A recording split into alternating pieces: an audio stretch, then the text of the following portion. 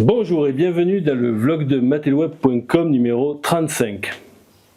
À toi. Ah oui, pardon, excuse-moi. On reprend. Bonjour et bienvenue dans le vlog de matelweb.com numéro 35. On est vendredi. Non, on est samedi. On est samedi, je diffuse le samedi. Ah non, on est vendredi. Oui, on filme vendredi, mais... On est vendredi, il est quelle heure? Il est 18h35, enfin 17h35 ouais. D'ailleurs, et on est vendredi, 13. Bon, donc la veille de samedi, c'est maintenant.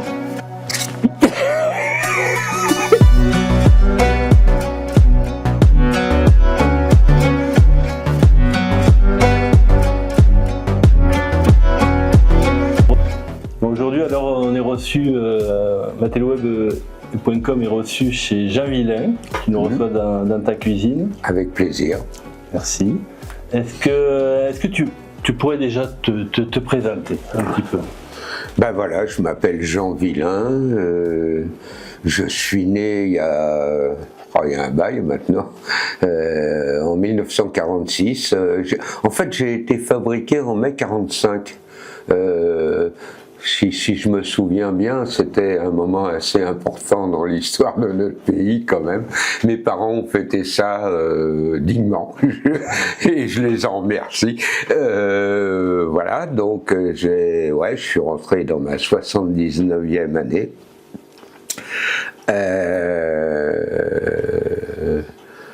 Et puis voilà, j'ai passé l'essentiel de ma vie à faire du spectacle à différents postes. Je crois que j'ai tenu tous les postes dans le spectacle, depuis balayer un théâtre jusqu'à être sur scène, à faire des mises en scène. Et puis j'ai touché un petit peu au cinéma, à la télé, à la radio. Voilà, grosso modo, comme ça on reviendra peut-être en détail sur des choses. Mais... Ouais. Dis-moi, tu es sur Millau depuis combien de temps? Sur Millau, Ou l'Aveyron peut-être un peu. Non, je suis venu directement sur Millau. Je suis venu pour y travailler, pour y créer le service des festivités. Je suis aussi à l'amorce de la mairie. Oui. Ouais, c'était ça. Oui, la mairie de Millau, c'était donc en 90. Cherchait un professionnel du spectacle pour créer l'équipe des festivités, parce que quand ils recevaient des spectacles, ils n'avaient pas de gens formés, etc. Et ils commençaient à avoir des prétentions à faire des choses. Donc voilà, j'ai été embauché comme ça par la mairie de Millau et ça a été pour moi une opportunité parce que précédemment je dirigeais le centre culturel de Vierzon et il y avait eu des élections municipales et disons que le résultat des élections municipales sur Vierzon ne me convenait pas trop, donc j'ai cherché à m'éloigner et il s'est trouvé que l'opportunité sur Millau s'est dégagée et que voilà, je suis arrivé ici comme ça. Ok, bah écoute, tu me proposes une transition, on va sauter de l'actualité de Vierzon et de ces municipales et on va arriver à notre actualité. En fait, ça va se passer un peu comme ça, on va avoir trois parties, on va dire, dans cette vidéo. On va avoir une vision un peu, on va regarder un petit peu l'international, voir comment ça se passe, qu'est-ce qui se passe, ton point de vue, ton avis. Après, on regardera un petit peu plus au niveau local. Et puis on finira par une discussion sur ton point de vue sur tout ça finalement. Donc alors, en vrac, alors je ne sais pas, est-ce que je te le dis en vrac? Oui, alors je vais te le dire en vrac et puis on va prendre petit à petit. La dissolution, Macron, la gauche, la droite, l'Europe, l'Amérique, Israël, Palestine, le wokisme, les BRICS, l'IA. Tu as 4 heures, élève vilain, vous avez 4 heures. Oui, mais alors, tu me rappelleras les différents thèmes parce que je n'ai pas noté. Et... Alors, on y va, dissolution. Dissolution.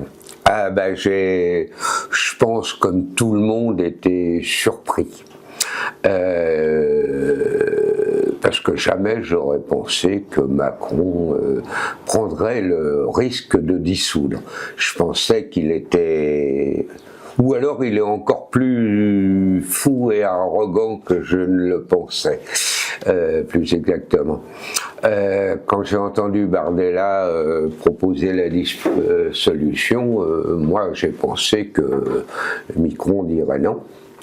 Et je pense que Bardella lui-même a été surpris. Et il a dit oui. Alors, ça va être... on ne sait pas. On ne sait pas parce que moi, franchement, j'aurais été à sa place, j'aurais pas pris ce risque parce que vu comment il est aimé, à mon avis, le grand perdant, ça va être lui. Après, ce que ça va donner, j'en sais fichtre rien. Tout dépend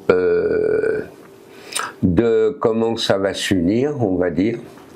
Alors du côté, vu ce qui se passe chez les Républicains, là c'est presque amusant. C'est même très amusant, Ciotti qui signe direct au FN et en courant. J'ai appris qui s'enferme aussi, hein, qui s'enferme dans son bureau, hein, pour pas qu'on le sorte du local. Tu n'as pas entendu aussi, hein? Il s'est enfermé dans son bureau. Ah à un bon? moment donné, ouais, il voulait plus qu'on le sorte, il voulait pas sortir. Ah, je suis pas au courant. Yeah, Je suis pas au courant. J'ai appris aujourd'hui que Larcher, lui, est en train de traiter avec Macron, avec Renaissance, enfin, ces eaux-là. Donc, en gros, LR, ça se borde de tous les côtés, donc normalement, je serais un militant LR, moi je serais dans la panade, hein, je ne saurais plus qui voter. Le Front National a l'air très très sûr de lui, mais finalement pas tant que ça, parce que il se trouve que il y aurait une grosse alliance à gauche avec tout le monde, y compris les syndicats unanimes, etc., plus des grosses associations. C'est la NUPES, ils refont la NUPES en fait. Ah mais c'est même pire que ça, parce que là les syndicats suivent tous, des grosses associations humanitaires, écologistes, etc., s'engouffrent aussi, donc ça peut peut-être. Oui, il faut que les électeurs suivent aussi. Oui, ben oui, mais plus il y a s'il y avait que les partis politiques, on ne serait pas sûr que les électeurs peuvent suivre, parce que il y a un certain, disons, enfin bref, les gens ne croient plus trop aux partis politiques. Mais à partir du moment où il y a des syndicats et où il y a des associations, des grosses associations, on sait qu'elles étaient de gauche, mais dont la politique n'est pas la principale préoccupation, ça risque de mobiliser beaucoup de gens, parce que le monde associatif en France est énorme. Et il se trouve que, en général, plutôt de gauche. Je sais pas pourquoi. Enfin, si, je sais un peu, parce qu'il y a de moins en moins de services publics, il y a de plus en plus de choses qui étaient faites par les services publics et qui maintenant sont relayées par les associations. Donc, le Front populaire, puisque ça s'appelle comme ça, risque, si ça tient jusqu'au bout, de faire un gros carton. Donc, voilà. En même temps, ce qui se passera après les élections risque d'être redoutable si ça ne plaît pas à la finance, par exemple.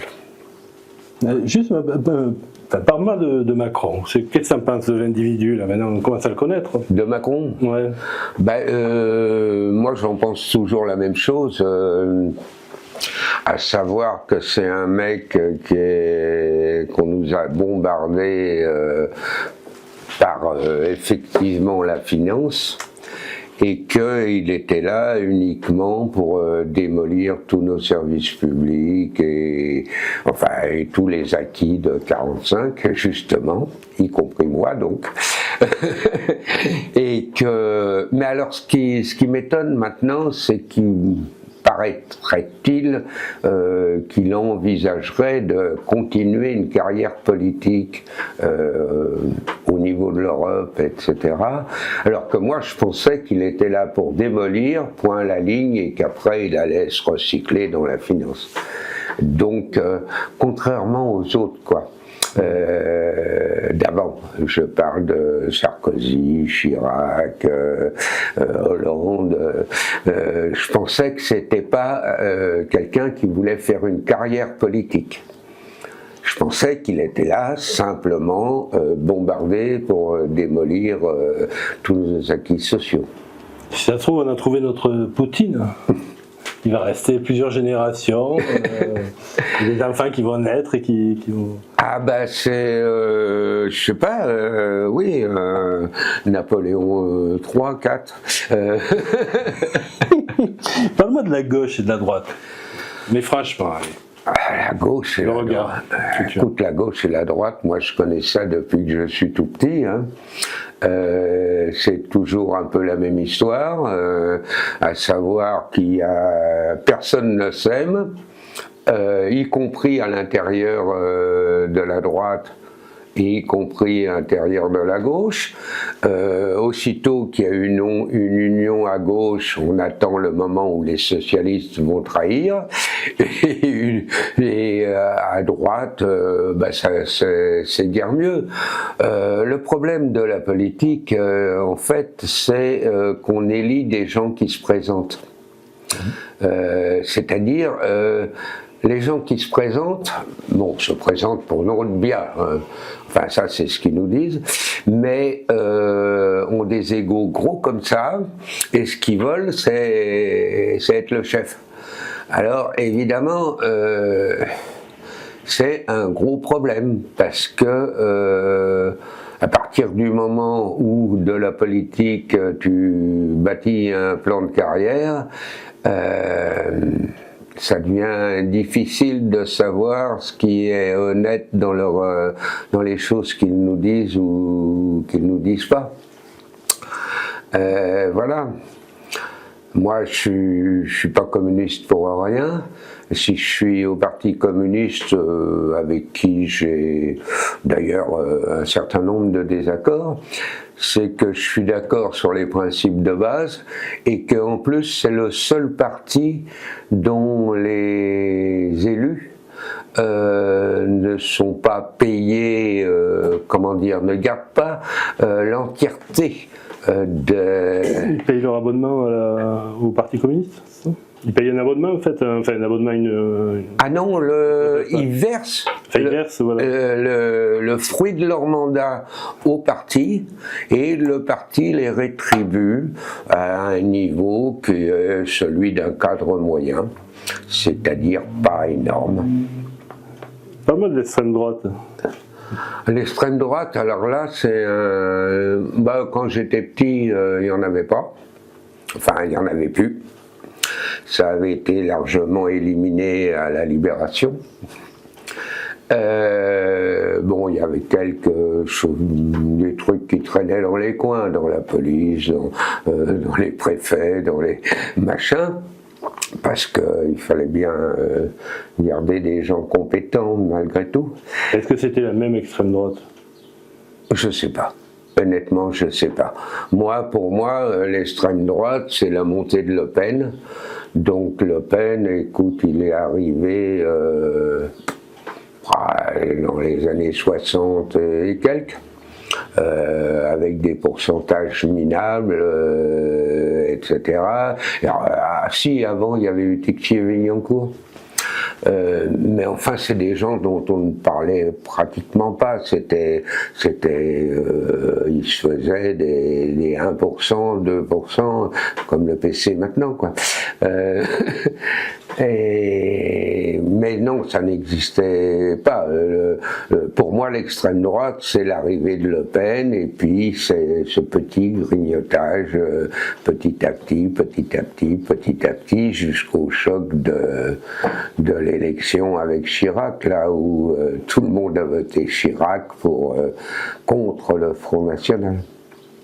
Est-ce que tu penses que là, il y a, comment dire, c'est pas un vote d'idéologie, la montée du Front National, là, il y a autre chose? À l'heure actuelle, non, il y a autre chose.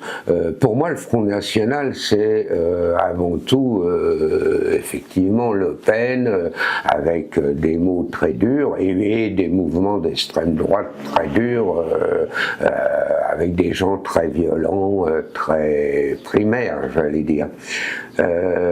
Je pense... Et je pense ne pas me tromper en disant que ce dernier vote-là pour les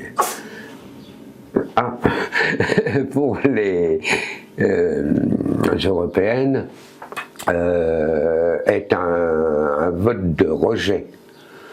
Avec une classe populaire qui est de plus en plus appauvrie, etc. Et puis ce truc, quoi, on les a pas encore essayés. Et je pense que c'est en grande partie à cause de la gauche qui, quand elle a été au pouvoir, que ce soit sous Mitterrand à partir de 83, du virage de 83, et quand Hollande a été au pouvoir, c'est bon, la gauche est au pouvoir et fait une politique de droite. Donc on ne peut plus croire à gauche.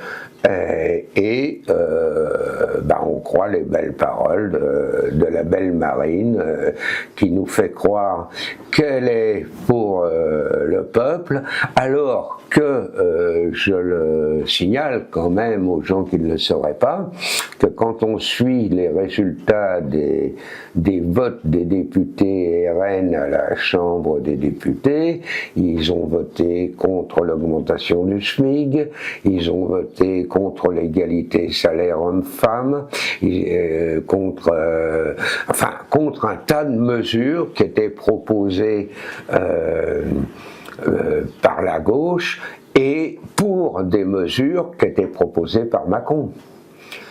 Alors, disons qu'ils disent des choses pour se faire élire et regarde, Bardella avait dit qu'il reviendrait sur la retraite à 64 ans, et même là, avant la campagne, il vient de revenir en arrière en disant que non, la retraite à 64 ans, on ne reviendra pas en arrière.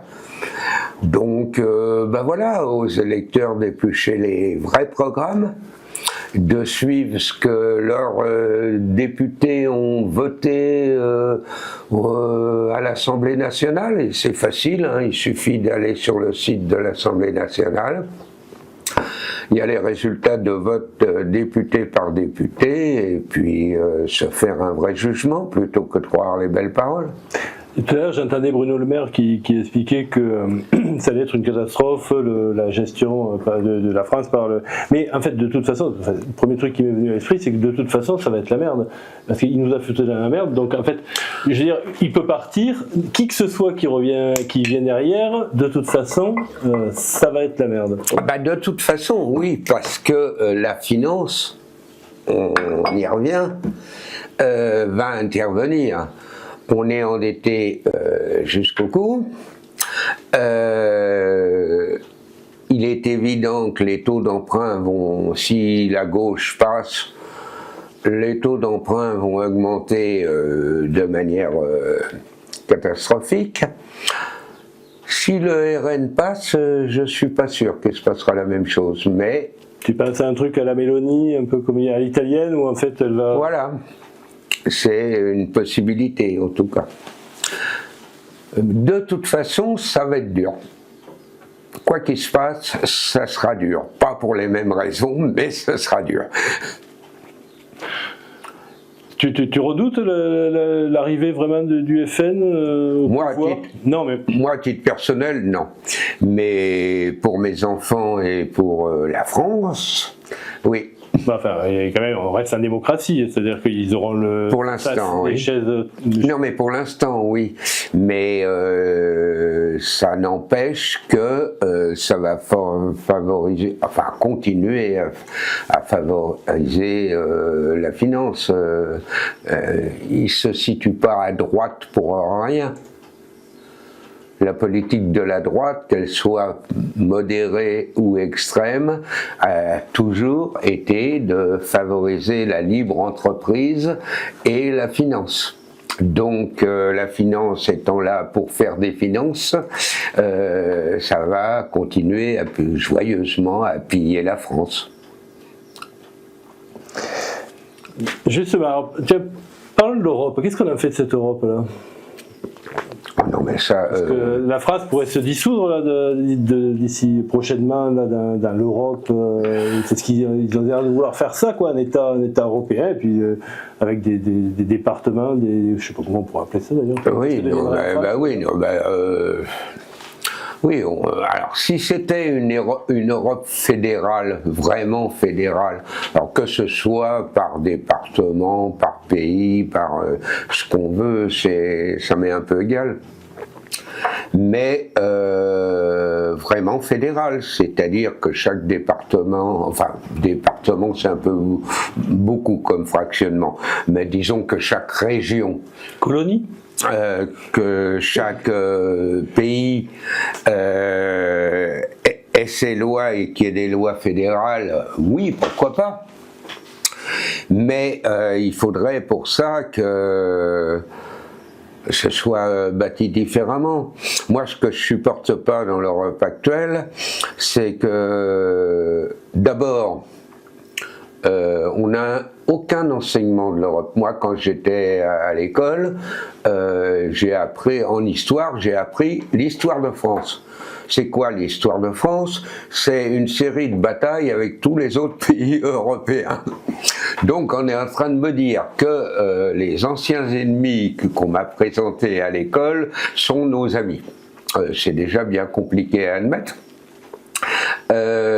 Ensuite, quand tu vois que le niveau de vie d'un Polonais, d'un Hongrois, d'un Italien, d'un Belge, d'un Français, d'un Luxembourgeois, ça ne se ressemble absolument pas, et qu'on nous met en concurrence, ça me fait hurler de rire de penser qu'on peut se croire unis.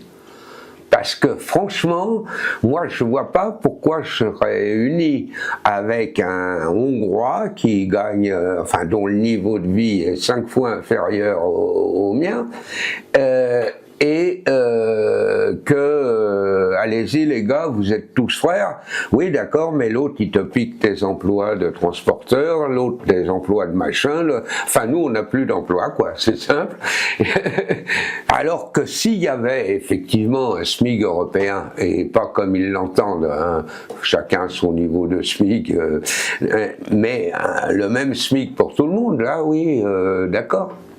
Je serais d'accord, ça relèverait le niveau de vie de ceux qui ont un niveau de vie bas, ça abaisserait peut-être le niveau de vie de ceux qui ont un niveau de vie haut, mais au moins on pourrait créer les conditions d'une vraie Europe. C'est dans le programme des communistes, ce que tu me dis là? Ou pas du tout? Pas du tout, enfin je ne sais pas du tout ce qu'ils en pensent exactement de l'Europe.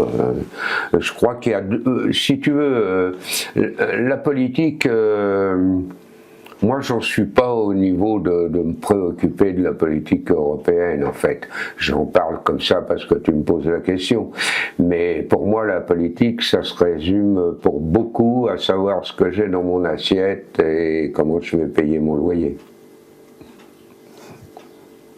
On va quand même continuer un petit peu sur le côté un petit peu international. Parle-moi de l'Amérique. Qu'est-ce que tu penses des Ricains? T'es prêt? Non, mais parce que là, moi, j'ai un gros problème avec ces gens-là.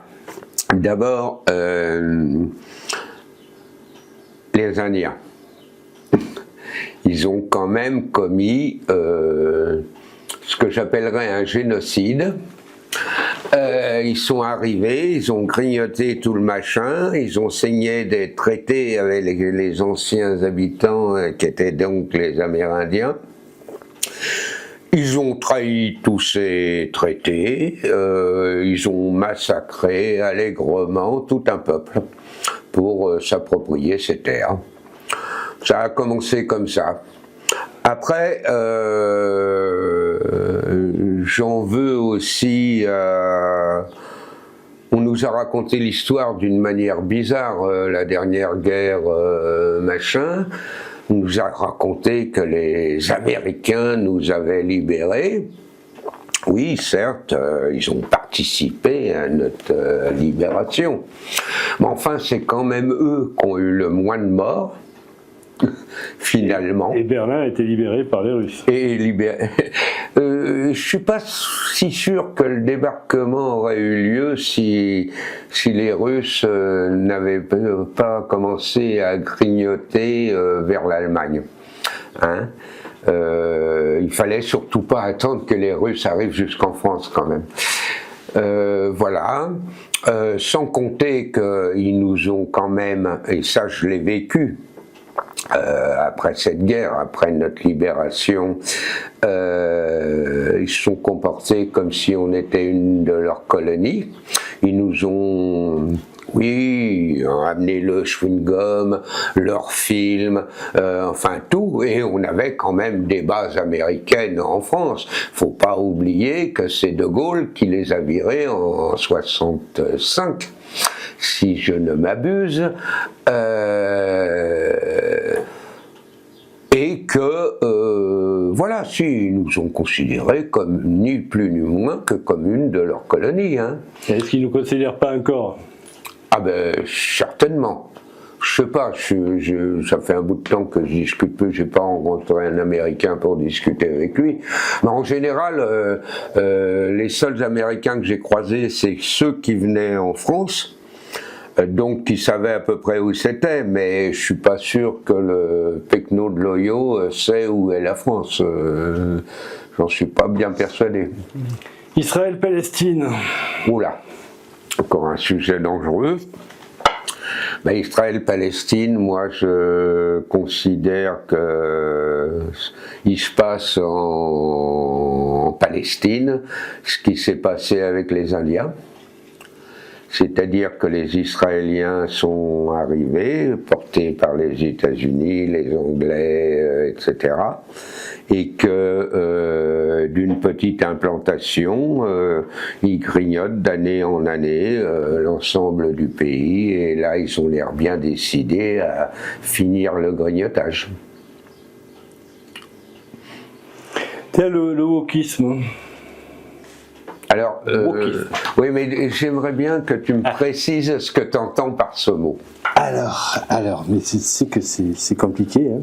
Oui, c'est compliqué. Même moi, j'arrive pas trop à savoir.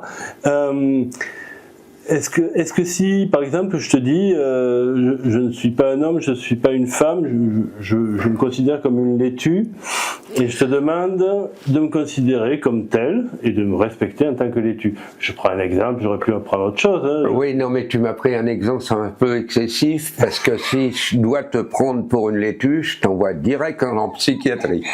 Que tu te prennes pour une femme,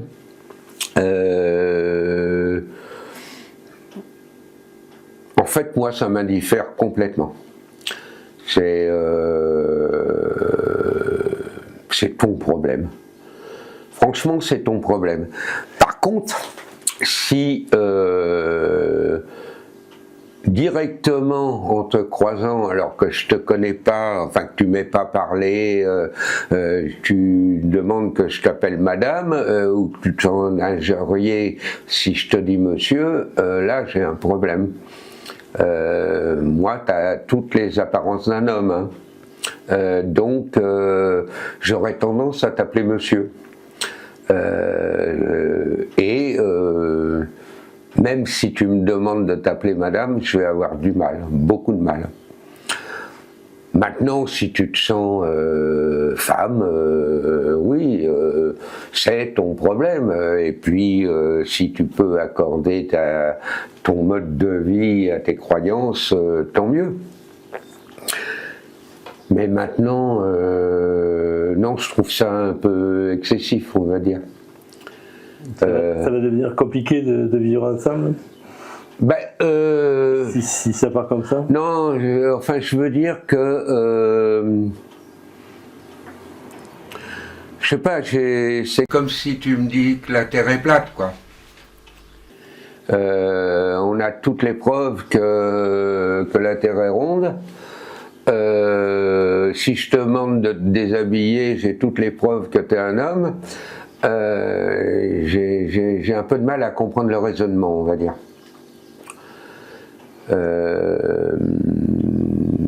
Alors, moi j'ai entendu dire que le wokisme, c'est aussi, comment dire, oui, respecter toutes les différences, etc., etc. Moi, je suis d'accord pour respecter toutes les différences, mais je considère que il y a des excès. Par exemple, l'écriture, je sais plus comment ça s'appelle, c'est les... Inclusive. Ouais. Bon, s'il faut réécrire Victor... C'est pas très joli, hein. Quand on à relire, c'est pas très joli. Bah, s'il faut réécrire Victor Hugo en écriture inclusive, moi je vais plus lire. Je vais plus lire. Parce que ça devient démentiel, quoi. C'est aussi le fait qu'on ne pourra plus plaisanter de rien. Ouais, ça prend des proportions là. Ouais. Ça prend des proportions quand même énormes. Alors que effectivement, des gens qui sont différents, prenons un nain. Oh, pardon. Une personne de taille minimale. Petite taille. Ah bah oui. Enfin bon. Enfin bref, un nain quoi. Demande d'être respecté. Je suis entièrement d'accord. Mais je vois pas ce qu'il y a d'irrespectueux dans le terme nain. Pas plus que dans le terme nègre. Nègre, excusez-moi, mais c'est noir en occitan déjà. Et puis, l'histoire, par contre, c'est qu'on respecte ce nègre. On le respecte dans sa vie de tous les jours, qu'on le traite comme un individu normal. Ça, oui. Que l'on respecte des handicapés, qu'ils soient aveugles, manchots, etc. Oui, mais qu'on me demande d'appeler un manchot une personne sans bras, je trouve pas ça plus respectueux d'ailleurs. Tant qu'il y aura des différences de traitement, là, oui. Respectons les gens, égalisons les droits de toute personne, de tout individu, mais jouer sur les mots et de virer quelqu'un, par exemple, comme Guillaume Meurice, parce qu'il a traité de Netanyahou de nazi sans prépuce, excuse-moi, ce qu'il a jugé, c'est des actes, c'est pas un juif. Parle-moi des BRICS. Les BRICS, t'en as entendu parler? Ah oui. Qu'est-ce que ça t'évoque? Eh ben, je pense que c'est la grosse trouille des Américains à l'heure actuelle. Parce que si ça marche, cette histoire, fini la suprématie du dollar, donc fini de la prééminence américaine, fini de la domination américaine. Et l'Amérique pourrait s'écrouler? Oh, bah il y a des chances, vu que c'est le pays le plus endetté au monde. C'est pas de cul, parce que nous on est du mauvais côté de la barrière alors. Ah oui, bah, on est du mauvais côté de la barrière, ça c'est clair. Mais écoute, moi je sais pas, c'est quand même très bizarre, regarde ce qui se passe en Israël, d'ailleurs en Palestine plus exactement.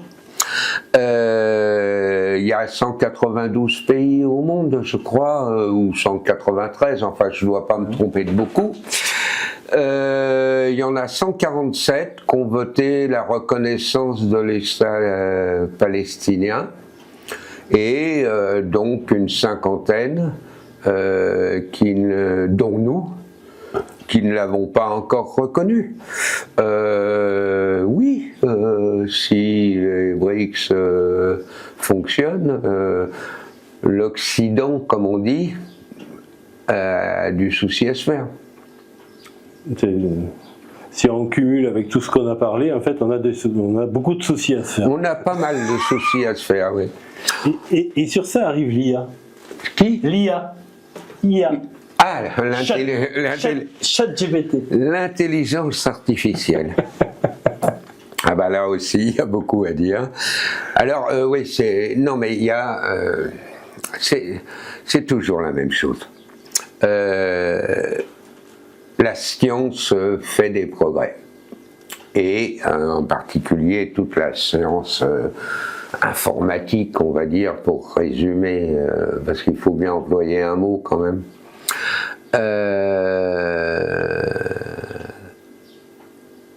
On s'est aperçu donc que nos progrès en informatique ont fait que ces machines ont des capacités de calcul telles que l'homme ne peut pas réaliser. Ça fait maintenant un bout de temps, presque 30 ans, quelque chose comme ça, que Deep Blue, oui, le fameux ordinateur d'échecs, a battu notre champion du monde d'échecs, Garry Kasparov. Et c'est sûr que les ordinateurs peuvent calculer beaucoup plus vite que nous, enfin bon. Et donc, ces machines qui calculent les probabilités,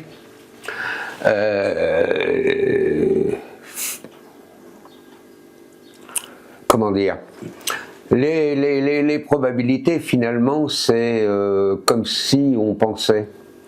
C'est qu'est-ce qui a le plus de chances de réussir. Alors moi j'ai une théorie sur les probabilités qui vaut ce qu'elle vaut. C'est si je joue au loto, tu vas me dire tu as une chance sur je sais pas combien de millions de gagner. Moi personnellement je résume ça comme ça, si je joue j'ai une chance sur 2, ou je gagne ou je perds. L'ordinateur, lui, il va me dire ah non, pas du tout, tu as une chance sur 1 428 932,57. Oui, et forcément, à ce niveau-là, il aura forcément raison. Sur le long terme, un ordinateur gagnera toujours sur moi au poker. Par contre, au poker, je peux le niquer sur un coup.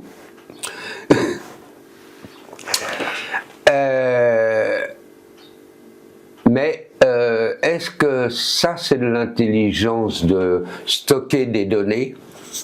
Je stocke des millions, des milliards de données et je fais des calculs pour ce qui a la plus grande chance de sortir. Alors effectivement sur des milliards de données, tu as des résultats qui sont quasiment justes. Seulement voilà. Ça peut aider à beaucoup de choses. Par exemple, on nous met, comme d'habitude, en avant la santé, la médecine, etc. Et c'est sûr que, y compris à l'heure actuelle, les ordinateurs spécialisés peuvent lire le résultat d'un IRM ou d'un machin. Enfin, je suis pas spécialisé en médecine, hein, donc quand on étudie le cancer d'un malade, la machine, cette intelligence artificielle lira mieux les résultats que l'on obtient à l'heure actuelle que X médecins, et beaucoup plus vite en tout cas. Alors ça c'est vrai. c'est vrai que ces machines peuvent nous calculer des trucs en astrophysique qu'on n'aurait jamais pu calculer si l'intelligence artificielle actuelle était capable de calculer. Mais de là à confier la finance aussi, à confier ses résultats à l'intelligence artificielle. À l'heure actuelle, la bourse est menée par des résultats qui sont donnés. La dernière fois, je voyais au Parlement, enfin, il y avait deux hommes politiques de deux bords différents qui se sont exprimés, et leur discours était quasiment le même, tout simplement parce qu'ils avaient demandé, ils avaient fait leur rédaction de discours par le même ChatGPT. Bien sûr. Donc, ben oui. tu le retrouves partout. Et c'est déjà oui, mais d'où on va en déduire que ça sert à rien d'être de gauche à être de droite. Ce qui suffit, c'est de balancer des données à l'intelligence artificielle et elle va prendre la bonne décision. Alors, regardez 2001, le lycée de l'espace. Hein. Non, moi je suis pas d'accord. Je suis pas d'accord pour que des combattants artificiels aillent se taper la gueule dirigés par l'intelligence artificielle. Si c'est des combattants artificiels. Hein? Si c'est des combattants artificiels. Mais quand même. Deux robots qui se tapent. Non, je confie le sort de ma vie à deux robots qui vont se foutre sur la gueule. Non, alors à ce moment-là, je préfère qu'on retourne au jugement de Dieu. Hein. On prend les deux gros combattants, on leur file une épée, ils se foutent sur la gueule. D'ailleurs, je serais, moi personnellement, pour qu'on retourne aux guerres à l'ancienne. Oui. Plutôt que d'avoir des bombes atomiques, des canons de machin qui tapent sur le peuple, on prend les combattants à l'ancienne, les armées face à face dans un champ de bataille fermé, ils se foutent sur la gueule, mais on touche pas au peuple, hein, s'il vous plaît. Faut les trouver quand même. Ah ben oui, mais ils veulent se battre, qu'ils se battent. Imagine que l'IA trouve, je sais pas moi par exemple, l'énergie perpétuelle. Ah ben là, ça serait la plus grosse catastrophe qui puisse nous arriver. Pourquoi? L'énergie perpétuelle? T'imagines ce qu'ils vont faire? On va produire de plus en plus, on va consommer de plus en plus. Peut-être que du coup on pourra aller, je sais pas moi, explorer de nouvelles planètes. Oui, bien sûr. On a foutu le merdier ici, il faudra aller le foutre ailleurs. Ah bah oui, c'est ça, génial. Est-ce que t'as pas l'impression que là on vit que toutes les idéologies en fait elles sont en train de s'effondrer, que ce soit la gauche, la droite. Mais concrètement aujourd'hui. Attends, concrètement. Aujourd'hui, si on continue à fonctionner comme on fonctionne, c'est le monde qui s'écroule. Je veux dire, dans 100 ans, il n'y a plus personne. Enfin, j'exagère, je vais un peu vite. C'est notre monde. Mais en tout cas, c'est impossible de continuer à vivre comme on vit avec les ressources que l'on a. Parce que même s'il nous donne l'énergie, ton intelligence artificielle, elle ne nous donnera pas la matière. Hein? La Terre, elle n'a produit qu'il n'y a qu'un certain nombre de molécules de fer, d'or, de machin, de barium, de trucs mûches, etc. Non, elle peut donner la recette pour aller exploiter. Oui, mais je te dis, on ira semer la merde ailleurs. Et en plus, j'ai un doute. Le premier truc habitable doit se traîner à quelque chose comme 200 années-lumière. Bon, on n'est quand même pas près d'y arriver. Non, au point où on en est, on va terraformer Mars. Hein? On va terraformer Mars. Tu sais, t'as pas vu, on envoie une bombe, ça explose, et puis après il y a des fleurs et des plantes qui poussent partout, et on a refait le paradis. Sur une planète. Je n'ai pas entendu parler de ça. En gros, c'est envoyer des graines, balancer des graines. Oui, non, mais bien sûr. Non, mais c'est toujours à 200 années-lumière. Je ne sais plus ce que ça représente comme kilomètre, parce que c'est tellement énorme que c'est au-delà de mes capacités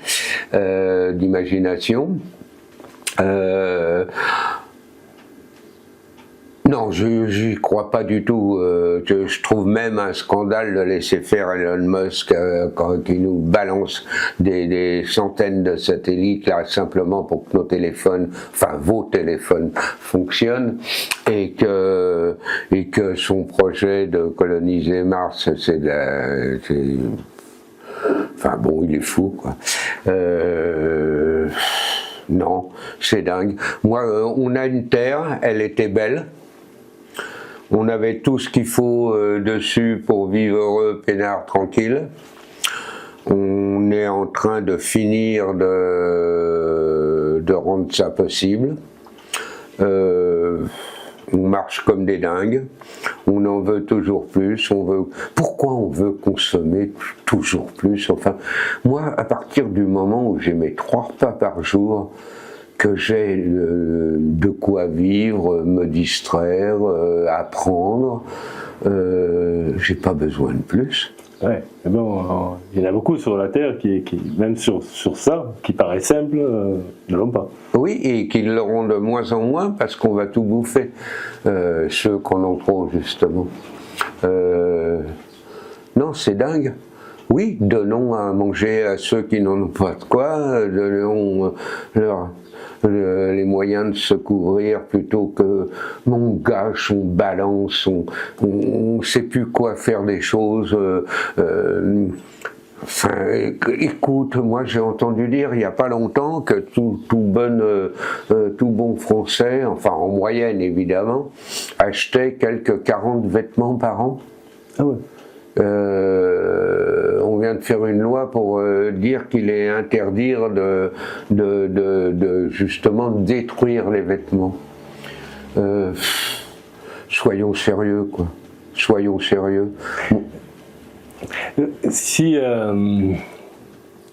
donc en fait on a le choix entre un système capitaliste où il faut faire de l'argent et produire dans un monde consumériste. Oui, mais c'est tout le problème. Ou une vision totalitaire quand même. Mais pourquoi totalitaire? Enfin bon, déjà Parce que forcément, s'il faut prendre des mesures pour que ça aille mieux, elles vont être, oui. Elles vont pas être contents. Elles vont empêcher les gens qui gaspillent de gaspiller. Elles vont empêcher les gens qui monopolisent l'argent pour eux de le monopoliser pour eux, pour le bien du plus grand nombre, oui. Si ça c'est totalitaire, moi je veux bien, mais à ce moment-là c'est un totalitarisme que j'approuve. Moi, si une société c'est d'avoir, je sais pas, je dis n'importe quoi, mais 100 milliardaires, 200, 500 ou 1000 millionnaires, et puis des millions de gens qui crèvent de faim, non, ça... Alors je dis ça parce que je suis pas né du bon côté, hein. Peut-être que si j'étais fils de milliardaire, je dirais autre chose, il y a même des chances. Mais voilà, mais on m'a dit que la lutte des classes, ça n'existait plus. Moi, j'ai un doute.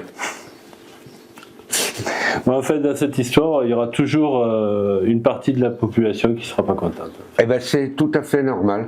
Ça s'appelle la démocratie. Paraît-il que c'est le meilleur des... Enfin, et c'est ce qu'on défend. Là, pour le coup, la démocratie, elle prend un coup depuis quelque temps parce que j'ai l'impression que ce qui est très bizarre, c'est que les gens qui défendent la démocratie sont pour ce régime qui finalement n'est pas très démocrate. C'est clair. Allez, on va passer. Je crois qu'on a fait le tour là. Qu'est-ce que ça pense? Qu'est-ce qu'il y a à dire Qu'est-ce qu'il y aurait à dire du monde? Oh, du monde, oui, on a tout dit. Enfin, moi, hein. Et en plus, moi, c'est mon avis, hein, ça n'a rien à voir avec une analyse. Tout à fait. Ah, je revois un peu mon cadrage. Allez, maintenant, on va parler du local. Ah, bah oui. Parle-moi de l'Aveyron. L'Aveyron, moi je suis arrivé donc en 90, ça fait donc ça va faire 34 ans fin août. C'est un bon pays. Peut-être qu'on ne devrait pas le dire. Hein. Peut-être qu'on devrait fermer notre gueule, dire que non, c'est pourri. Ça n'est pas. C'est-à-dire que je suis pris entre deux feux, tu comprends. Je suis bien obligé de reconnaître que c'est beau. Que putain, on peut encore voir de la nature presque à l'état naturel. Qu'il n'y a pas une surpopulation qui fait que... moi, je suis né en banlieue parisienne. Hein. Donc maintenant, en banlieue... Quand je suis né, c'était pas tout à fait vrai.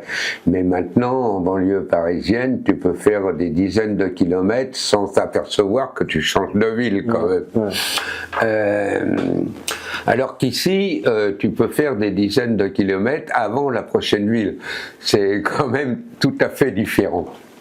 Non, moi je m'y plais en Aveyron, c'est beau, on y mange bien, ce qui est quand même hyper important, enfin au moins 3 fois par jour. Hyper important 3 fois par jour, je sais pas si tu vois, mais du coup c'est peut-être une des plus grandes préoccupations qu'on ait, de manger bien. C'est vrai.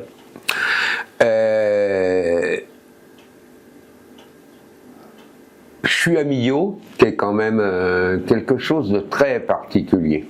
Je ne peux pas dire que je connaisse vraiment l'Aveyron de manière profonde, je veux dire, je connais surtout Millau. Mais Millau m'amuse. Parce que pour moi, Millau, c'est ce que j'appellerais une île terrestre. Millau, c'est là, au fond de son trou. Et tout au cours de l'histoire à Millau, Millau a toujours été contre les gens de Lodève et de Rodez, les sauvages là, qui étaient catholiques quand Millau était protestant. Je ne vais pas vous parler de la lutte du Larzac parce qu'on n'en finirait plus. Oui, non, mais enfin bref, on était contre. Et maintenant, sérieusement, en 33 ans, alors à raison de 50 manifestations par an, 50 multiplié par 30, ça fait 1500. J'ai dû participer ou assister à quelques 1500, 1700 manifestations parce qu'il y a toujours quelqu'un qui est contre quelque chose, etc. Donc c'est plutôt vivifiant, on va dire, en quelque sorte. Et en même temps, il y a aussi la démocratie locale qui fait que aussi quand une majorité de la population vote pour un des partis qui se présente aux élections municipales, l'autre moitié, la moitié minoritaire, est contre. Ce qui fait que si tu es élu maire, tu es sûr d'avoir quasiment la moitié de la population contre toi qui va protester pour la moindre mesure que tu vas prendre. C'est cloche-merle. Voilà. Et puis sur la durée de ton mandat, en fait, les quelques-uns qui étaient pour toi vont commencer à voter pour les prochaines élections. Ils voteront à l'inverse. Voilà, c'est cloche-merle. À gauche, à droite, un coup à gauche, un coup à droite. Voilà. Eh bien alors justement, on va regarder un petit peu plus près. Alors parle-moi de la vie politique locale, là, aujourd'hui, à Millau. Aujourd'hui, je ne sais pas, parce que ça fait, là, j'ai des ennuis personnels et ça fait un bout de temps, là, depuis 3 mois, que je ne suis pas trop sorti pour le plaisir de discuter avec mes concitoyens. Donc je pourrais pas parler de la vie politique locale aujourd'hui même, tu vois. Ouais. Sur les dernières années, au moins depuis la dernière élection de Madame la maire. Moi, personnellement, je considère qu'elle a fait des choses pas trop mal. Moi, j'étais pour la piétonisation, par exemple, parce que je trouve ça nettement plus agréable de se balader. Moi, j'ai pas de voiture, hein. Mais je trouve ça nettement plus agréable quand t'es piéton de se balader dans les rues de Millau plutôt que d'être envahi de bagnoles, etc. Ah, mais du coup, elle a laissé tomber alors. Hein? Du coup, comme il y avait la moitié de la population Ah oui, qui est contre, oui, elle a fini par céder et à moitié laissé tomber, parce que quand même, l'été, il y a un certain nombre de rues qui il y a plus grand monde qui est content finalement. deviennent...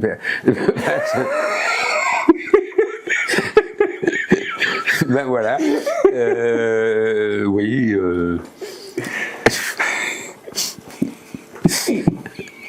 Non, mais... Yacine, tu avais... tu avais d'autres aspects positifs sur la mairie, à part la piétonnerie. Non, mais il y a des trucs bien. Il y a... Voilà, soyons sérieux. Non, allez. Non, mais soyons sérieux. Il y a, par exemple, je sais plus comment ça s'appelle exactement, la piscine, le truc de sport. Oui, je me sens pas concerné, mais oui, pour les gens que ça intéresse, oui, c'est très bien.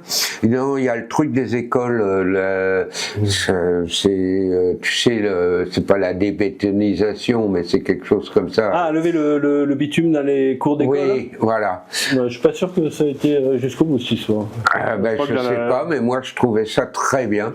Je crois que c'était sur le papier c'était parfait, mais je crois que dans la réalité je suis pas sûr que ce soit allé. Enfin, je crois pas que dans l'école de mon fils. Écoute, moi en tout cas, je trouve que elle est pas pire que celui qu'on avait avant. Qui a fait d'ailleurs de très bonnes choses aussi. Moi personnellement, l'aménagement des bords du Tarn, je trouve ça très très bien, à part l'espèce de gradins qui sont au Saotadou, que je comprends pas pourquoi il y a des gradins, parce que le seul truc où les gens vont s'asseoir là-dessus, ça va être pour le 14 juillet, pour le feu d'artifice. Ouais. Je sais pas pourquoi ces gradins existent. Une fantaisie d'architecte. Non, mais ça aurait été un espace floral ou je sais pas quoi, j'aurais trouvé ça nettement plus chouette et nettement plus écologique. Mais l'aménagement c'est vrai que c'est agréable d'aller marcher sur les bords du Tarn. Alors, du coup, Saint-Pierre, il avait claqué la thune. En plus, il a pensé, enfin les gens qui ont réalisé ça ont pensé à des choses très intelligentes. Moi je dis ça parce que j'entre dans ma 79e année, mais il y a des bancs tout le long à des espaces raisonnables de marche. Et je t'assure que moi, les bancs dans Millau, j'apprécie parce que je suis plus capable d'aller à la gare si je m'arrête pas une fois ou deux. Donc, non, mais soyons sérieux. Je disais que, donc forcément, il y a eu des gros aménagements, donc de l'argent, de l'investissement qui a été fait. Donc forcément, il y avait moins de sous pour Madame la maire quand elle est arrivée. Elle a dû gérer une autre situation. Oui, non, mais bien sûr. Mais c'était aussi pareil avant dans la précédente municipalité. Soyons sérieux. Chaque municipalité qui est élue fait des choses bien et des trucs pas bien. Enfin, en tout cas, de mon point de vue. Donc, c'est ce qu'on disait tout à l'heure en rigolant, c'est quand même le point de vue moyen. Parce que, quel que soit ce que tu penses politiquement, tu vas approuver telle action ou ou désapprouver telle action de la municipalité en question. Or, honnêtement, toutes les municipalités ont fait des trucs bien et des trucs pas bien. L'histoire, c'est que voir ce qui est dans ces différentes réalisations, ce qui apporte le plus grand bienfait à la population. Je veux dire, quand on fait le bilan, on ne peut pas dire que la réalisation de la Maison du Peuple, enfin le théâtre de la Maison du Peuple, a été une connerie. Ça nous a donné une très très belle salle de spectacle qui permet d'accueillir des spectacles qu'on n'aurait pas autrement. La réalisation de la Messa est aussi une très belle réalisation. On a une bibliothèque, discothèque, médiathèque de niveau plus que respectable pour une ville de 22 000 habitants. La piscine, moi, ça m'intéresse pas, mais pour les gens que ça intéresse, je suppose que c'est une très belle réalisation. Et ça donne effectivement aux gens qui ont besoin d'une piscine, etc., un équipement digne d'une ville comme Millau. Donc, l'histoire, si tu veux, c'est la bonne gestion de tout ça. C'est-à-dire de ne pas s'engager sur des projets qui foutent la ville en difficulté et dont le bienfait s'applique à la majorité de la population. Oui, mais il faut reconnaître quand même qu'ils n'ont pas donné une image super, quoi. Enfin, là, il y a eu des démissions, je crois. Hein, au conseil municipal, il y a eu des démissions. L'image qui a été envoyée, oui. On voit bien que c'est qu'ils ont des problèmes quand même à travailler ensemble. C'est quand même dommage parce que c'est la même ville, quoi. Oui, bien sûr, mais ça, je pense que ce problème est peut-être un peu plus exacerbé à Millau qu'ailleurs. Enfin, je m'avancerai pas là-dessus. Mais que c'est hélas partout pareil. C'est-à-dire que là, une fois de plus, ce que je disais tout à l'heure pour les politiciens de niveau nationaux, mais c'est hélas la même chose pour les politiciens de niveau municipal, à savoir qu'il y a des gens qui bâtissent une carrière politique. Et moi je pense sincèrement que c'est dommage parce que au niveau d'une ville de 22 000 habitants, ce qui est honnêtement pas grand chose hein, quand on raisonne au niveau de l'univers, on devrait être capable, quelles que soient nos opinions politiques, de s'unir sur des projets qui sont essentiels pour la ville. Qu'on soit de droite ou de gauche, on a besoin d'une bonne voirie, d'un bon trottoir, d'un bon théâtre, d'une bonne bibliothèque, d'une bonne, je sais pas quoi, ce qu'on peut inventer, mais dont la ville a besoin.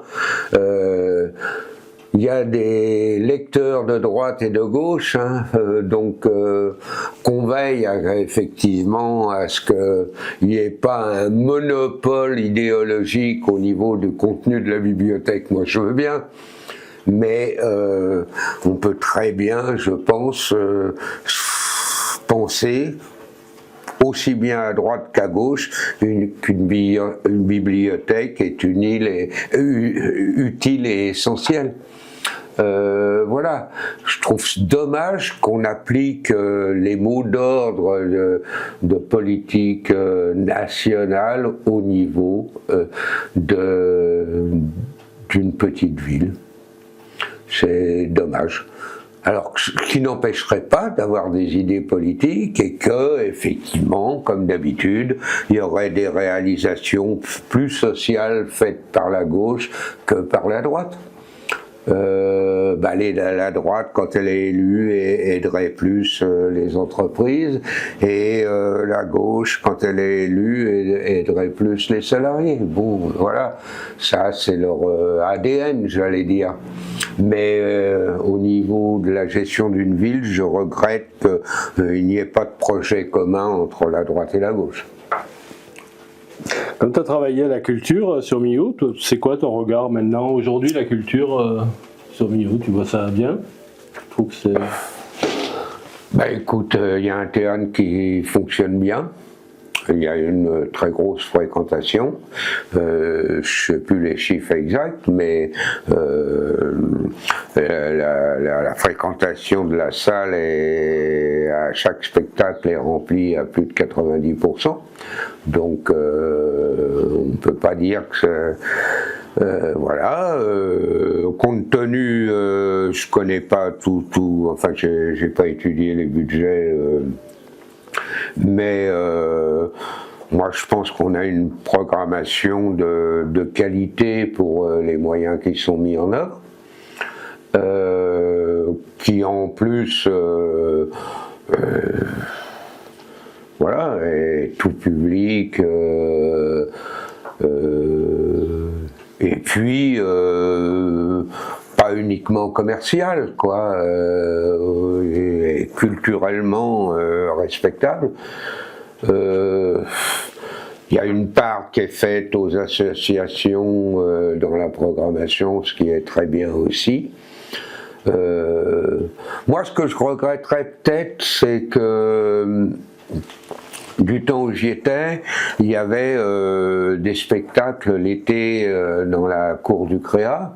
C'est là que se passait Million de Jazz, mais pas seulement. Il y avait une vingtaine de spectacles l'été. Alors que maintenant, ben voilà, c'est un lieu de programmation qui n'existe plus. Ça, je le regrette un peu parce que quand on se prétend ville touristique, je pense que le minimum est d'offrir une programmation culturelle, y compris dans une ville de 22 000 habitants. Mais bon, c'est un choix, pourquoi pas. Non, enfin, je pense que la vie culturelle ne va pas mal, en tout cas. Elle pourrait être mieux. Hein. Je suis un forcené de la culture, donc elle pourrait être mieux, bien sûr. Mais les budgets étant ce qu'ils sont, et voilà, il faut faire. On ne peut pas faire des choix. Voilà, il en faut un peu pour tout le monde. Tu as travaillé dans des radios ici?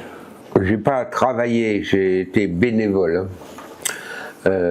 Mais j'ai fait, oui, quelques, à vue de nez, entre 800 et 900 émissions de radio.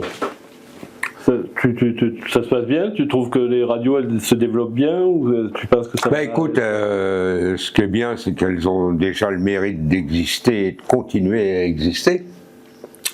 Radio Saint-Afrique, où j'ai commencé, existe depuis maintenant, je sais plus de 30 ans. Radio Larzac qui existe depuis 2006 ou 2007, enfin par là, perdure. Et autant que je sache, des auditeurs, un très beau site. Voilà, moi j'ai fait des choses chez les deux et je trouve que c'est bien d'avoir une radio locale parce que on y trouve des choses qu'on ne trouve pas sur les radios nationales. Et en plus, ça permet à des gens comme moi de faire de la radio. Je veux dire, moi, que j'ai fait de la radio, quand j'ai commencé à faire de la radio en étant à la retraite, ou presque, et j'aurais jamais pu faire de radio s'il n'y avait pas de radio locale. Donc ça permet à des gens de faire leurs premières armes, etc., de se former à une technique. On peut retrouver tes podcasts sur les sites? Enfin pas tous. Je mettrai les liens. Pas tous, mais il y a encore des podcasts sur les deux radios. Tu as aussi travaillé, on peut le dire quand même, sur la première télé locale à Millau. C'était ma télé, la télé des autres, ouais. avec Bruno. Oui, non, mais ça. Il y a des vidéos. Ouais, bah ça c'était une histoire de fou, mais ouais, bah là aussi on a fait avec Bruno Benkowski. 2009, 2012, quelque chose comme ça, je crois, de mémoire. 2008 peut-être. Je peux plus te dire exactement, faudrait aller. Dizaine d'années quoi. Faudrait aller fouiller, ouais. Mais ouais, ça a duré quelques années. On a fait toute une série d'émissions plus ou moins foldingues. Oui, je sais pas combien on en a fait en tout. Il y en avait pas mal. Je sais pas, mais là, oui. C'est là où on s'est rencontrés d'ailleurs. Enfin, en tout cas, on en a fait plus de 100, hein. Largement même. Comment tu vois l'avenir de ce localement ici? Comment tu le vois, tu le vois évoluer?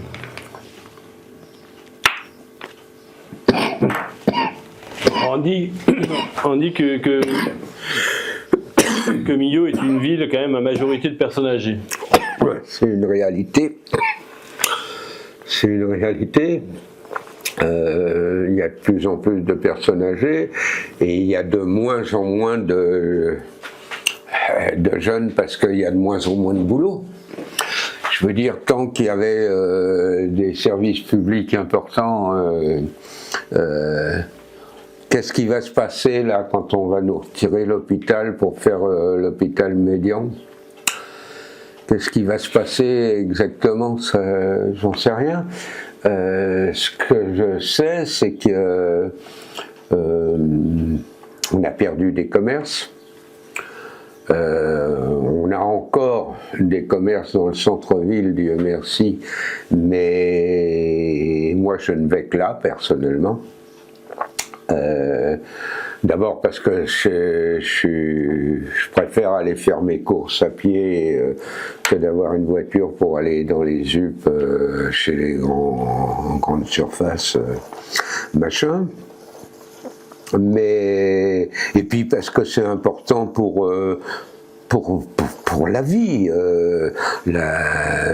l'animation, enfin, je sais pas comment on peut appeler tout ça, mais une ville, s'il n'y a plus de commerçants, c'est une ville morte. En plus du fait qu'on a effectivement un taux de personnes de plus de 65 ans, comment ces gens-là iraient faire leurs courses s'il n'y a plus de commerce en centre-ville? Non, c'est tout un...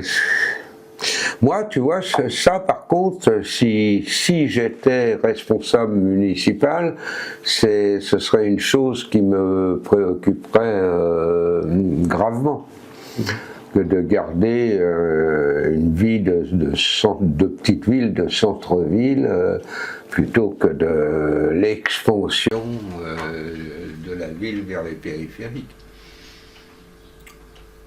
Mais je ne sais pas, parce que la vie d'une ville comme Millau dépend en grande partie de politique nationale, régionale, et je t'en passe. Bon, autant que je sache, ces dernières années, la population n'a pas diminué, ce qui est une très bonne chose. Mais la tendance en France de ces 40 dernières années rend pas optimiste pour les petites villes, quoi. Parce que les territoires se désirent. Alors il paraît que depuis le Covid, les territoires se repeuplent un peu.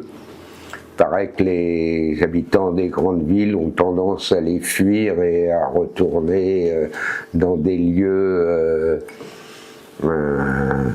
plus éloignés, plus champêtres, où ils peuvent continuer à faire du télétravail. Mais... Le télétravail, l'IA, tout ça, ça va nous permettre d'aller vivre à la campagne. Non, mais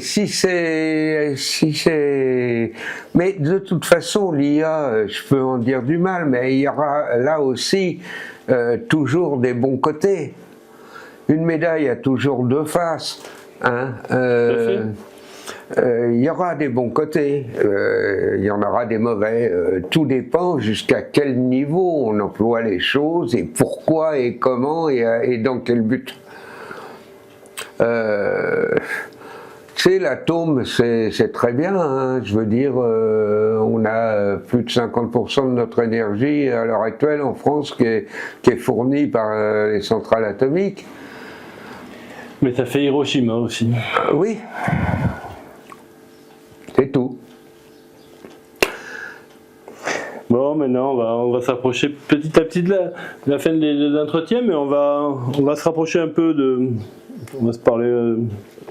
C'est quoi pour toi être vieux aujourd'hui en France?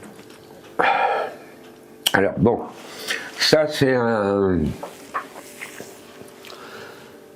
J'ai du mal à en parler en général parce que moi ça fait peu de temps que je me considère vieux.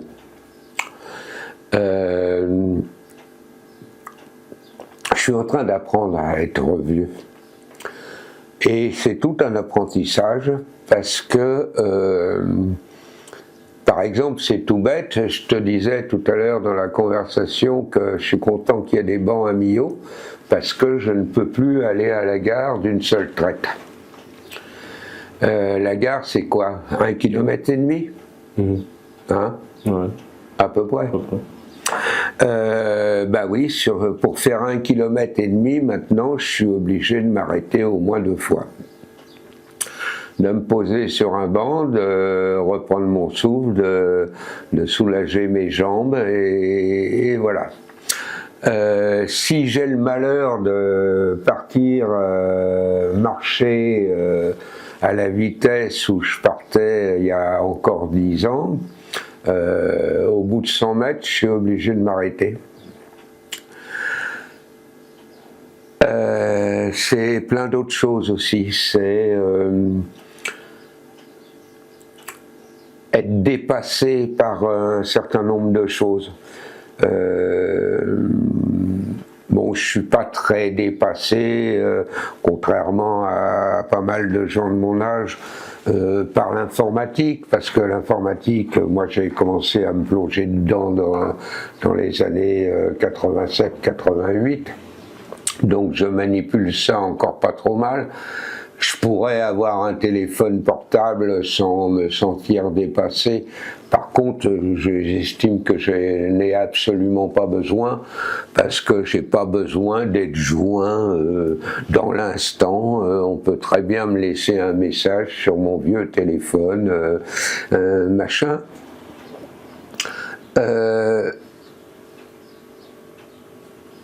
Mais voilà, je conçois que des gens qui ont 10 ans de plus que moi, ou même certaines personnes de mon âge, se sentent complètement dépassés par l'informatique et le mode de vie actuel. Hier, j'étais à la poste pour poster un recommandé. Avant, quand j'allais dans cette poste, il y avait plein de guichets, j'arrivais, je demandais un machin, il y avait quelqu'un qui me répondait un machin. Maintenant, t'as plus rien, t'as éventuellement quelqu'un qui vient te demander ce que tu veux au bout de 10 minutes que t'es là, qui te fait la gueule quand tu dis que tu payes en liquide parce que tu veux pas payer en carte. Donc j'imagine très bien que des gens de plus de 70 ans soient dépassés par ce monde, c'est chiant quoi, c'est chiant. Moi quand je décroche mon téléphone pour une administration quelconque, c'est taper pour le 1 pour ceci, le 2 pour cela, etc. Moi ce que je voudrais c'est avoir quelqu'un au bout du fil qui me renseigne, point. Et pas que je pianote et que j'attende 10 minutes avec les 4 saisons de Vivaldi, qu'on veuille bien me répondre en m'expliquant que ça me coûte je sais pas combien de la minute.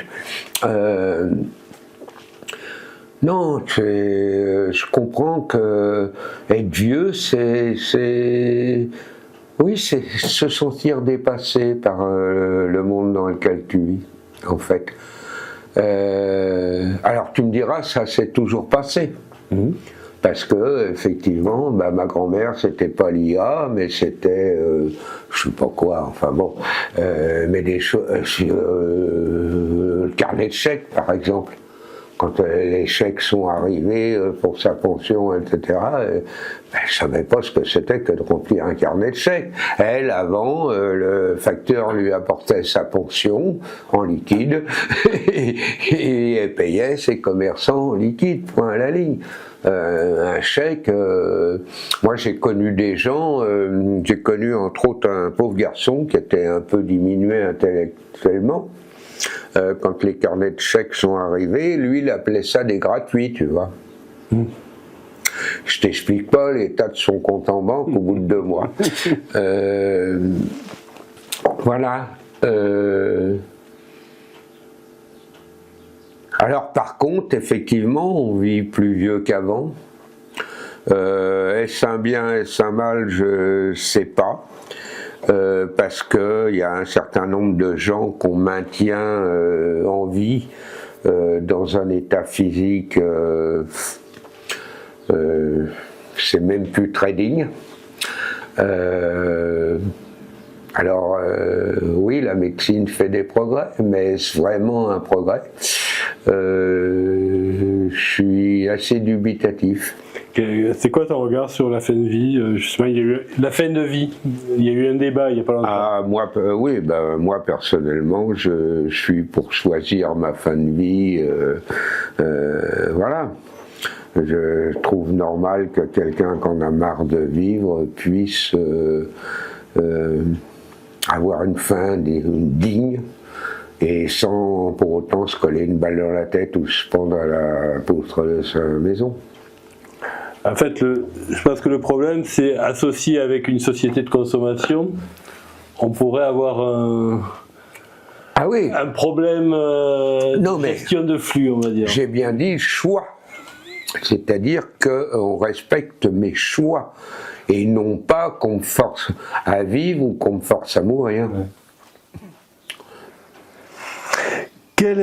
J'aimerais avoir un peu ton regard sur la période 2020-2022. Alors il faut faire attention parce que j'ai pas envie que ma chaîne saute, donc il y a des mots qu'il ne faut pas employer. Donc c'est un jeu que je te propose. Donc entre 2020 et 2022, tu as vécu la situation comment? Alors 2020-2022, c'est le Covid. Exactement. Non, on peut employer le mot Covid. Ça fait 2 fois en tout cas. Si on peut pas, déjà la première fois, ça suffit. J'ai vécu ça, comment dire? J'ai été observateur.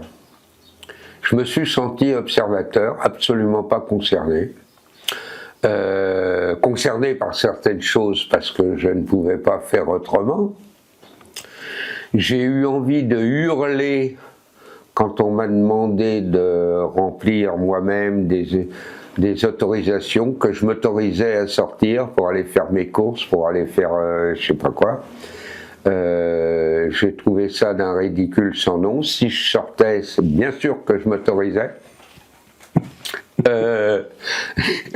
Je m'étais pas signé de mots d'autorisation depuis que j'étais sorti de l'école nationale de chimie où c'est moi qui faisais les mots de mes parents.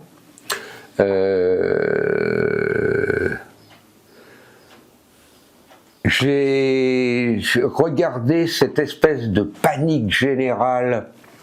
Mon Dieu, on va tous mourir.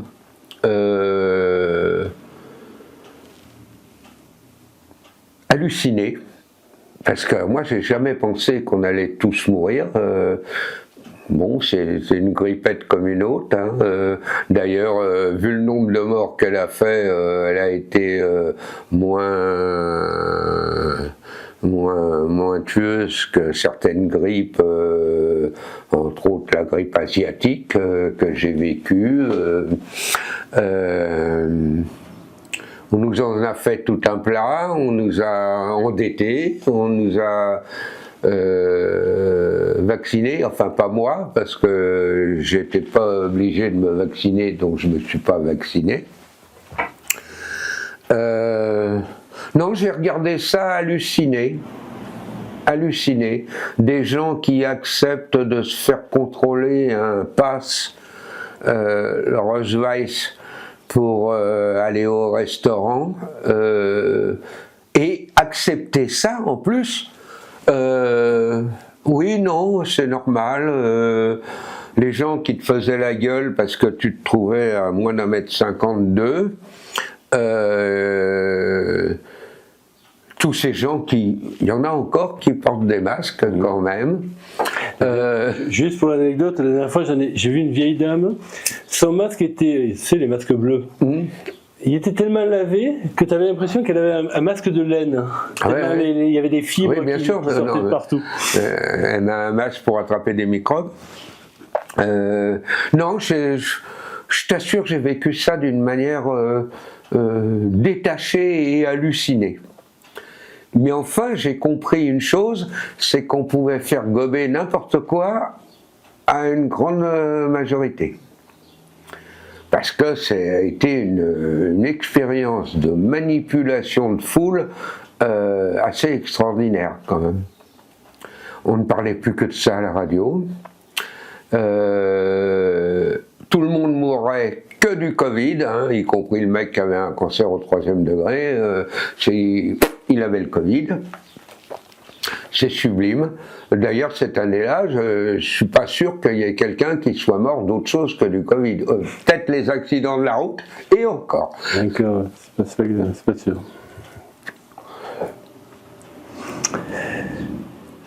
Et puis quand même, un gros scandale quand même. Autoriser des vaccins qui sont encore en cours d'étude, alors que normalement il fallait avant une dizaine d'années pour qu'un vaccin soit accepté. C'est quand même, on a été l'objet d'une belle expérience in vivo là. Tu penses que ça peut avoir des conséquences? Ah ben j'en sais rien. Mais il n'y a aucune raison que ça ne puisse pas en avoir. Tout médicament, n'importe lequel, tout vaccin, n'importe lequel, a des effets secondaires. Donc là, on va peut-être pouvoir mesurer, vu le nombre de personnes qui ont été vaccinées dans l'urgence, mais ça, on ne pourra le voir que dans quelques années, évidemment, parce que c'est pas on t'injecte, tu meurs, c'est pas si simple que ça, quand même. Donc on va voir si les taux de cancer augmentent, si les taux de telle maladie augmentent, etc. Mais ça, va falloir quelques années pour s'en apercevoir. Mais comme en même temps, on crée des déserts médicaux, qu'on crée des déserts d'hôpital, etc., le taux de mortalité, pas le taux de mortalité, le chiffre, l'âge moyen de mortalité a déjà baissé.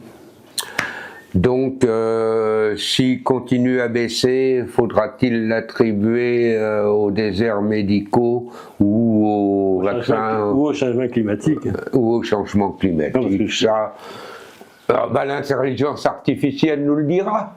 Sûrement. Je t'ai demandé d'amener quelques photos avec toi, tu en as pris. Je prends-les avec toi, je ferai des plans après de coupe pour qu'on puisse les voir, mais vas-y, tu peux nous les décrire? Voilà. Je suis flou, mais vas-y. Regarde là, je l'avais après. J'ai à peu près 2 ans, et déjà les cheveux longs. Là, j'en ai à peu près 20. Attends, j'essaie de faire la mise au point. Là, t'es pas dans le bon sens. Hein? T'es pas dans le bon sens. Ah oui. Ça, c'est où ça? C'est à Villingen, en Allemagne, où je faisais joyeusement mon service militaire. Ok. Voilà, je balançais des fusées Honey Jones sur l'ennemi. Alors là, on a... Qu'est-ce que j'ai? Oh bah oui, non, mais ça c'est... Là, j'ai 40 et quelques années. Je suis directeur du centre culturel de Vierzon avec mon équipe. Vierzon, la fameuse. T'as voulu voir Vierzon, voilà. on a vu Vierzon. Là aussi, c'est à peu près à la même époque. J'étais jeune et beau. Alors enfin l'homme actif là. Hein. Avec pratiquement les cheveux courts. Hein. C'était Vierzon. Ouais. Tu faisais du théâtre déjà là, tu étais déjà dans le théâtre. Ah oui, ça faisait. J'ai commencé le théâtre en 69, enfin de manière professionnelle. Et donc là, ça fait 20 ans que je fais du théâtre. Ouais, c'est à peu près tout. L'autre, celle-là, ça si, c'est dans les années 76-77, où j'étais comédien et directeur du centre culturel de Bretigny-sur-Orge. Remontre-moi la première que tu m'as montrée, parce que La première, c'est le bébé.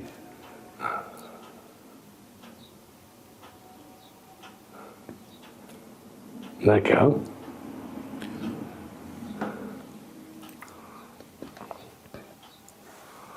C'est bon. Voilà. Est-ce que tu as un souvenir d'enfance qui pourrait te revenir, que tu pourrais nous raconter, un souvenir qui t'a marqué de ton enfance? De quel ordre? Alors là, c'est un souvenir plutôt agréable. Je t'invite à repenser un souvenir agréable. Il y en a plusieurs. Un qui t'a marqué vraiment. C'est un qui doit sortir du lot. Il y a un souvenir qui m'a énormément marqué, mais j'étais très très jeune. Je sais pas, je dormais encore dans la chambre de mes parents. Et j'étais très sujet, étant jeune, aux otites. Et à l'époque,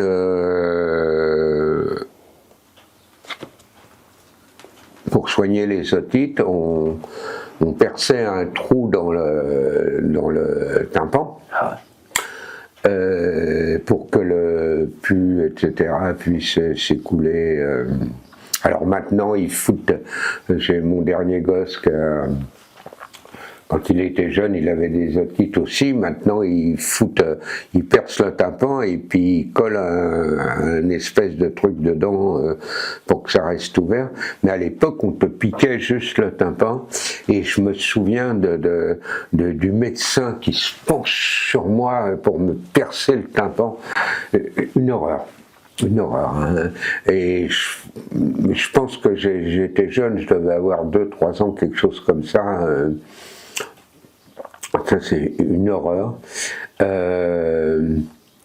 Autrement, un autre souvenir horrible, je suis spécialiste de l'horreur, c'est la seule journée d'école maternelle que j'ai passée.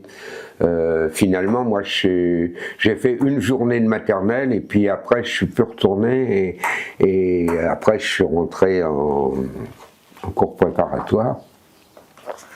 C'est je vais dans cette école maternelle, enfin on m'emmène dans cette école maternelle et j'avais une bague déjà à l'époque.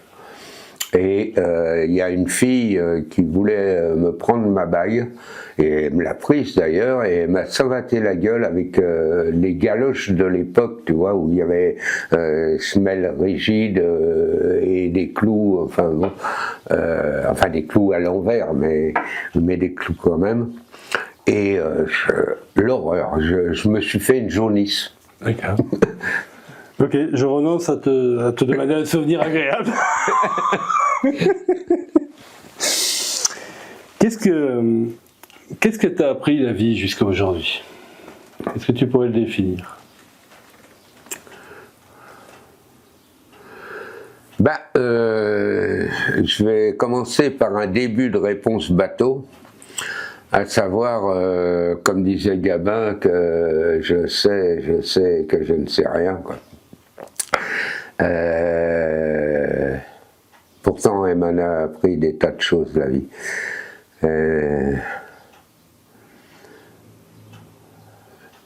Elle m'a appris que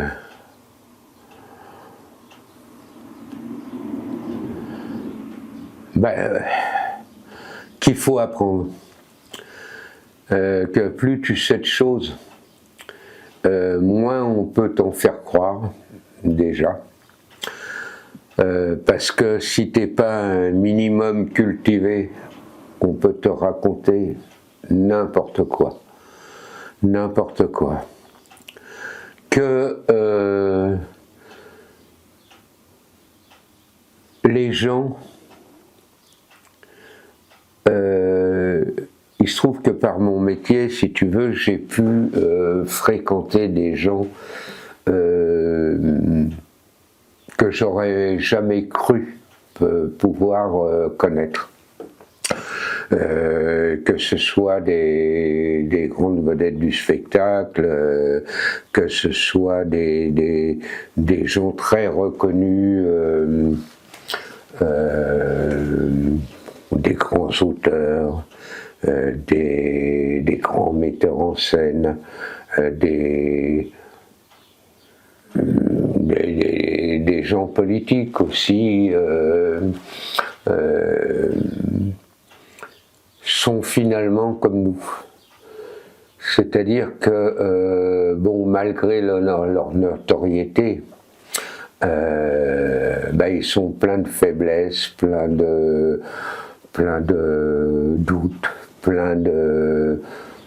bref, comme nous, quoi.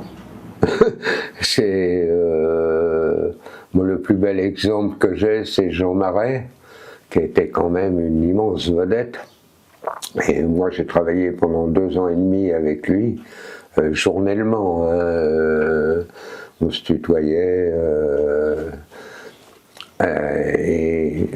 Et ce mec-là, ouais, était un mec tout simple.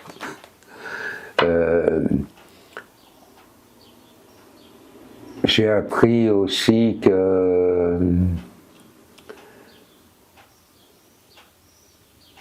c'est toujours mon métier qui m'a appris ça, que peut-être la chose la plus compliquée dans la vie, c'est être soi-même. Parce que, qu'on le veuille ou non, y compris dans la vie, les gens ne sont pas conscients, mais ils passent leur vie à jouer des rôles. Être le personnage qu'ils souhaiteraient être, à l'image qu'ils souhaiteraient donner, etc. Et ils passent leur vie à jouer des rôles comme ça, d'une pièce non écrite.